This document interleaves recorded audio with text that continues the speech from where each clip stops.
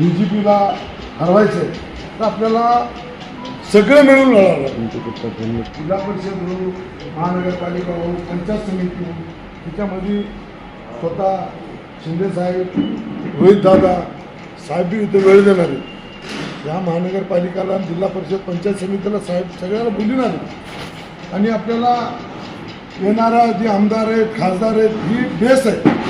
ह्याच्यामधून जर ग्रामपंचायतमधून, त्या जिल्हा परिषदमधून, महानगरपालिकामधून जर आपला नगरसेवक राहिला, आपलं पंचायत समितीचं काम तर ही येणारा आमदार, खासदार त्याही पक्षाचं बनते तर बेस राहते. ही बेस आहे. की मीटिंग में क्या हुआ सर आपके? आज जो हमारे मीटिंग जो रखी गई थी, आज जो महानगर पालिका, जिला परिषद, पंचायत समिति की टिकट के वास्ते, टिकट जो हमारे जो इच्छुक कार्यकर्ता हैं, इनके लिए हमने आज मीटिंग रखी थी.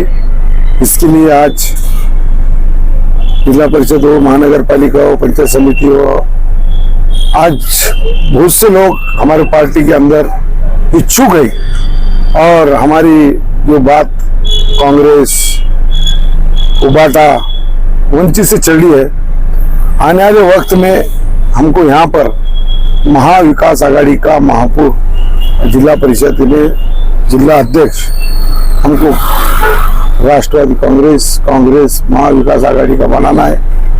और आने वाला वक्त राष्ट्रवादी महाविकास आघाड़ी के वास्ते अच्छा है. और आज जो फॉर्म लेकर गए, आज जो फॉर्म भर के हमारे राष्ट्रवादी कांग्रेस पार्टी की तरफ से बहुत से फॉर्म गए, और इसके बाद में एक 8-15 दिन के बाद हमारे पार्टी के जो भी टिकट वाटर होगा हम अच्छे लोगों को दिए. और यहाँ पर बीजेपी को हटाने के लिए हम सब एक ताकत से, हमको यहाँ पे बीजेपी आने देना नहीं, हम सब मिलकर ये बीजेपी को हटाने का काम हम करेंगे. ग्रामीणमध्ये राहत आहे असं सगळं तिचं योगदान सगळ्यांना इथंच आहे. तर आपण सगळ्यांनी जबाबदारी घेऊ. येणाऱ्या इथं सगळे वरिष्ठ आहेत, त्याच्यामुळे आम्हाला नाव सुचवावं की बाबा ही ह्याच्यामध्ये येऊ शकते. आम्ही स्वतः तिच्या घरी आम्ही जाऊ आणि तिला लढून आणि आपण सगळे मिळून जास्तीत जास्त आपले 3 होते 30 कसे येते सगळे मिळून आपण प्रयत्न जर केले, महानगरपालिकामध्ये महाविकास आघाडीचे आपलं महापौर बी राहील, उपमहापौर, महापौर तर नाही, उपमहापौर होऊ शकतात.